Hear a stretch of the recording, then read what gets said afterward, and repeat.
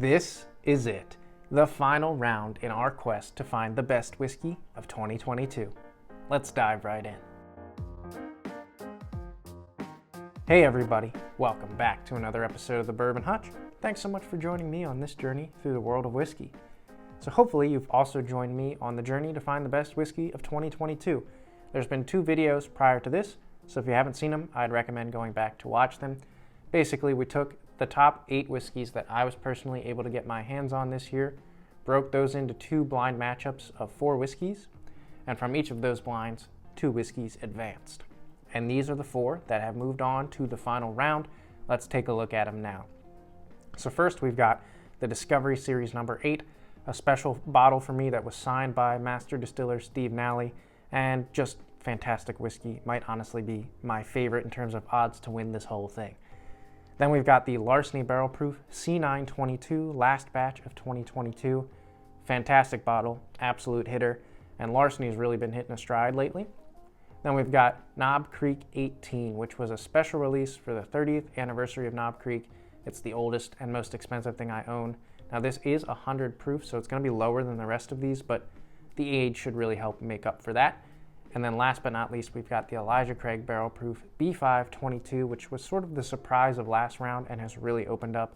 It's the only batch of Craig I was able to get this year, but man, it's really, really good. Just before I get these bottles off the table, let me know, what do you think is going to come out on top? Okay, let's get ready for this blind.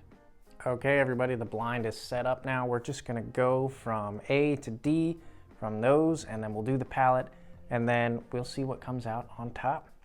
Just before we dive in, do want to say first off, thanks so much for all the support in 2022. Looking forward to a bright and awesome 2023. If you haven't subscribed already, would appreciate hitting that big red button, and while you're at it, hit that like button too.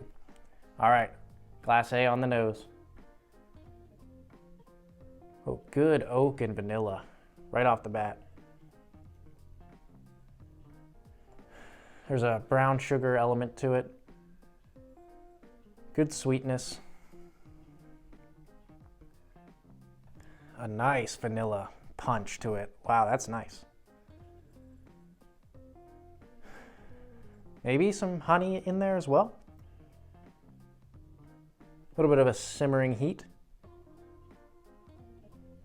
But a really nice vanilla caramel sweetness. Maybe a touch of cherry. Really nice sweet nose. Kind of jumps out of the glass with that vanilla caramel note. So really nice. Let's move on to glass B here on the nose. Ooh, quite different. A little bit darker. More of a char presence. More of like a dark brown sugar, maybe like a French toast quality. Some nuttiness here. And then there's like a dark cherry or somewhat of like a jam quality to it. Ooh, that's nice. That's really nice. The brown sugar is nice. The cinnamon is nice. Lots of cinnamon and nut coming through. Still some of that caramel vanilla underbase, but a little bit darker of a presence there on that one for sure. Let's go to glass C on the nose now. Ooh, okay. Spicy and fruity compared to glass B for sure. Still a vanilla cherry base. Some oak and brown sugar. More of a light, like, instead of like the French toast quality that you get on glass B, there's more of like a pancake butter note here. But there's also like a rye honey floralness that really comes through with some spice. So that's really interesting how that turned a little bit more fruity and spicy immediately on the nose, and then unveiled some deeper, darker notes as I dug into it a little bit more. All right, last but not least, glass D. Okay, so now compared to the other 3, the oak on this is really shining. More of a roasted nuttiness. If glass B had some nuttiness, it's more of a peanut. This has more of like a roasted dark nut kind of quality. There is some caramel and vanilla still. but there's also this just touch of age and tobacco and leather. That's got some heft and bass tones to it, especially coming off of glass C there. Glass D for me really starts to go dark, deep bass tones, sort of supported, and glass C has a little bit more punch and spice and rye presence to it. So all of these fantastic noses and welcoming me into the process, as they should, since they're all, the 4 best whiskeys I've been able to taste this year. But nose is one thing, palate is a whole other category, which is going to give us a lot more information. So let's dive in now on the palate and start sipping these. Glass A on the palate here. Cheers, everybody.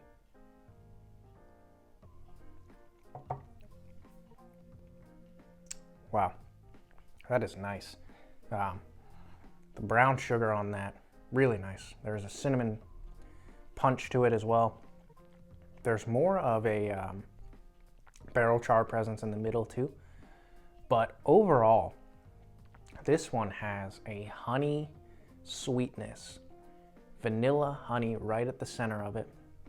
Maybe on the back end I'm getting like a little touch of like a orange citrus, but what comes to mind is like Golden Graham cereal, like the milk afterwards. When you have Golden Grahams, there's like this honey brown sugar note, and the milk itself gets super sweet. That's almost what is right at the center of this whiskey, and it's really, really nice. Okay, starting off strong. Let's move on to glass B here. On the palate, cheers.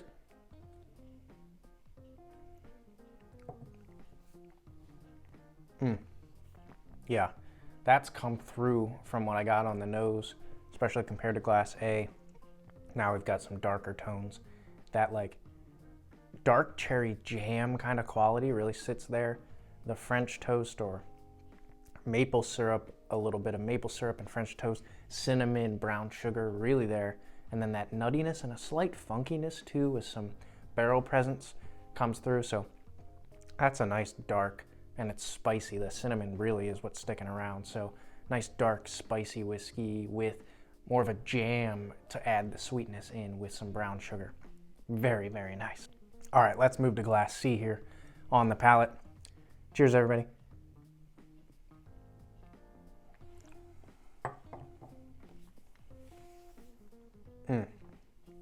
Yeah, the rye presence of that one really shines compared to these other two. It's more floral and honey right at the center. Good fruits, dark fruits, maybe a plum, a dark cherry here as well.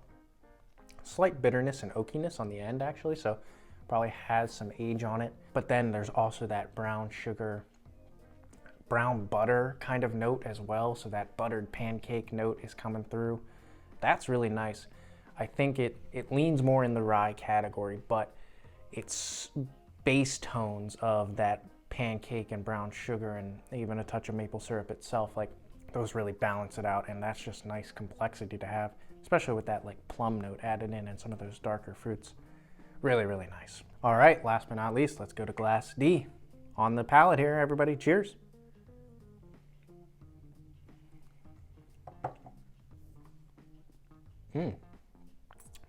Wow. So that's got that dark cherry note as well. It's got good barrel presence all throughout it. I'm starting to get like tobacco and leather on the back end as well, so it's starting to get a little bit bitter, maybe some dark chocolate, which is really nice. But at the center of it is that slight aged funkiness. There's definitely that roasted almond or hazelnut note really shining through. Again, barrel presence. But then there's also that caramel, there's that vanilla, a little bit of honey as well. So it's got similar notes to everything else, but for me, that one just speaks of the most barrel presence to it and the most age, and it's got real nice deep bass tones to it. A little bit funky, maybe a little bit bitter, but it's a special profile and it sort of stands apart. So all of these, phenomenal. All of these are tasting so, so good today. I'm gonna go in reverse order from D to A, taste through them again, make sure nothing's off with my palate, and then we're just gonna have to pick what my favorite whiskey of 2022 is. Gonna fast forward through all of that so that you guys can just cut to the chase. Let's do it.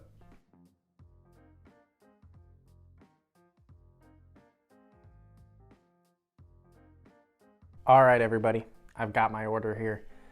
Keep in mind, all of these are fantastic whiskeys and they've been really showing off today, and I'm just having so much fun tasting all of them. But, you know, I gotta pick an order here, and I think I have picked my best whiskey of 2022. Again, none of these are losers though. They're all fantastic. That being said, let's start with what's in fourth place.